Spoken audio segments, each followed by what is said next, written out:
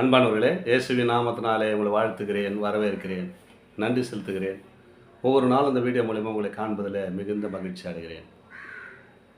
இந்த நாளிலே ஒரு வேத வசனம், நீதிமொழிகள் 15ஆம் அதிகாரம் 33ஆம் வசனம் சொல்லப்படுகிறது. கர்த்தருக்கு பயப்படுதல் ஞானத்தை போதிக்கும், மேன்மைக்கு முன்னானது தாழ்மை. பாருங்கள், கர்த்தருக்கு பயப்படுதல் ஞானத்தை உண்டு பண்ணுமா. கடவுளுக்கு யாரெல்லாம் பயப்படுறீங்களா, உங்களுக்கு ஞானமாக கர்த்தர் புத்தி கொடுப்பார். யாரெல்லாம் பயப்படுறீங்க, யாரெல்லாம் பயப்படாத இருக்கிறீங்க? கர்த்தருக்கு பயப்படுதல் ஞானத்தை போதிக்கும். ஞானம் அதை போதிக்கும். ஞானமாக பேசுவீங்க, எங்கே போனாலும் ஞானமாக பேசுவீங்க. அப்படியேப்பட்ட யாருக்குன்னா, கர்த்தருக்கு பயப்படுற மனுஷன் அவங்கள ஞானமாக நடத்துவாராம். அதுக்கு முன்னாடி இன்னொன்று சொல்கிறார் பாருங்க, மேன்மைக்கு முன்னானது. மேன்மைக்கு அதில் முன்னாத மேன்மை வேணும்னு சொன்னால் தாழ்மை வரணுங்க.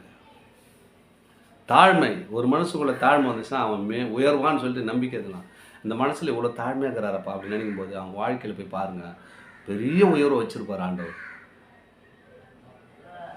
எந்த மதத்தினாராக இருக்கட்டும், அதை பற்றி கவலை கிடையாது. யாருக்கிட்ட தாழ்மை இருக்குதோ அவங்களை கர்த்தர் நிச்சயமாக உயர்த்துவார்.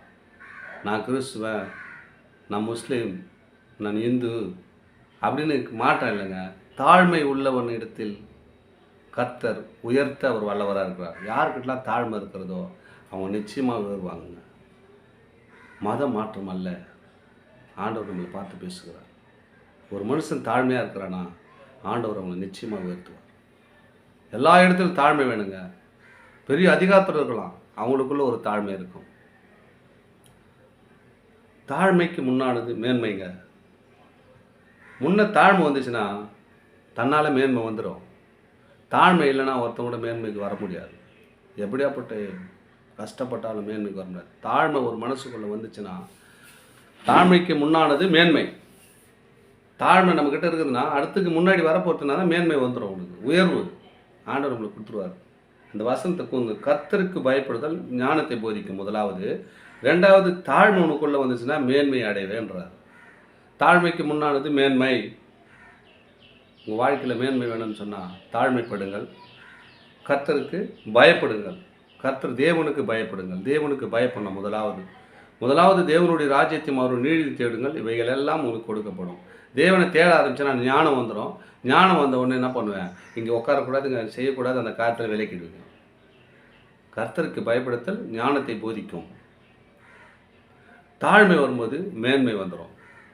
அந்த தாழ்மை எங்கேருந்து வருங்க? கர்த்தருக்கு பயந்தால் போதுங்க, உனக்கு தாழ்மை தன்னால் வரும். தேவனுக்கு பயப்படுதல் ஞானத்தை போதிக்கும். அந்த ஞானம் போதிக்க வந்தவொடனே தன்னால் உனக்கு தாழ்மை வந்துடும். அப்புறம் தாழ்மை வந்தோடனே உங்களுக்கு உயர்வு வந்துடும். கர்த்தர் அப்படியே அவங்களை ஆசீர்வதித்து வழி நடத்துவாருங்க. தொடர்ந்து வீடியோ பாருங்கள்.